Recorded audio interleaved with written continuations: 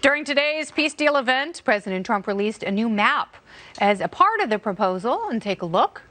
It would recognize Israeli settlements that already exist in the West Bank, put a 4-year freeze on new settlements if Palestinians agree to the deal. It also calls for a 20-mile tunnel to connect the West Bank and the Gaza Strip. But is there any chance of getting the Palestinians on board? Joining me now, human rights attorney and the Lawfare Project executive director who attended today's unveiling at the White House, Brooke Goldstein, back in New York City. Welcome. Thank you. Thank you for having me. So what did you hear from the president that you have not heard from past administrations?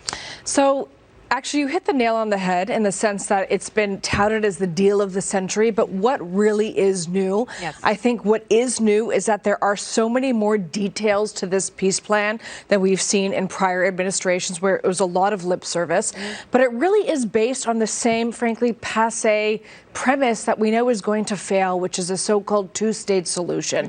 And I think it's pretty obvious that creating another Islamist state in a sea of failed dictatorships when no conditions of statehood are met, when terror is not taken care of, when there's still incitement, it's not a solution to the peace process. So what I think was totally historic, though, and totally new was finally the U.S. recognition that Israel has sovereign legal right over at least parts of Judea and Samaria. And of course, it's upon this basis, a recognition that Israel does have a right to the land, that Israel can then negotiate it away. And it is willing to negotiate the land away for peace, but there is no partner for peace. And you have to make a deal with somebody, or you're making a deal with yourself. All right, so the president knows that. He knows, they can always start with Israel because Israel is one of our greatest allies. And obviously not only in the Middle East, but on the planet of Earth.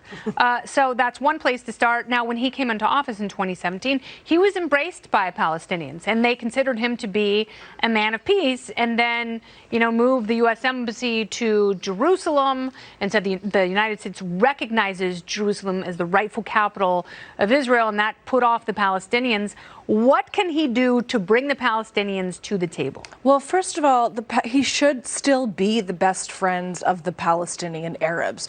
He is proposing $50 billion worth of economic support. He is proposing a capital in East Jerusalem of a future state of Palestine with also an American embassy. Is that new, that the borders and the boundaries, have past administrations been as specific? They have not. And I think Trump actually, a couple hours ago, actually tweeted what he would want the map of a future state of Palestine to look like. And it's very telling because critics of the deal are saying, well, this is so pro-Israel. It's only pro-Israel if the Palestinians reject the deal. It's extraordinarily pro-Palestinian if they accept the $50 billion, if they accept the creation of a Palestinian state. And what is Israel getting?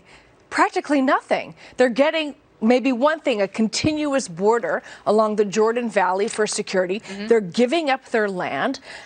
They're giving up the notion that there will be a state of Israel that isn't carved up on the inside. So it's a very good deal for the Palestinians. And now, a lot of Israelis are angry about it. In the past, a lot of conservatives around Benjamin Netanyahu have said, we don't like the two-state solution. But Netanyahu at least paid lip service to it today. Does he still believe there can be a two-state solution?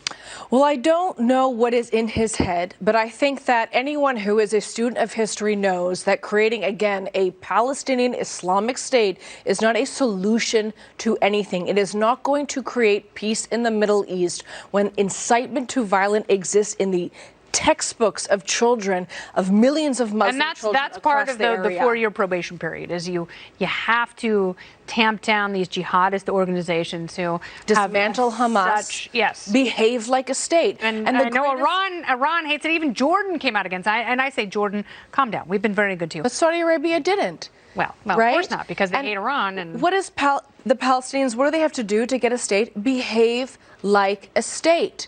Okay, reject the fact that you want, or the so-called return, the right of return. If you're going to return your entire population to Israel proper, who then is going to be a population in Palestine? Accept borders. You need borders to be a state and have a real governing authority. We'll see where this goes, and if the president and the administration and Jared Kushner can bring the Palestinians and the Israelis to the peace table. hopefully for something more comprehensive that even Nancy Pelosi is optimistic about. Brooke Goldstein, thank you so much. Thank you.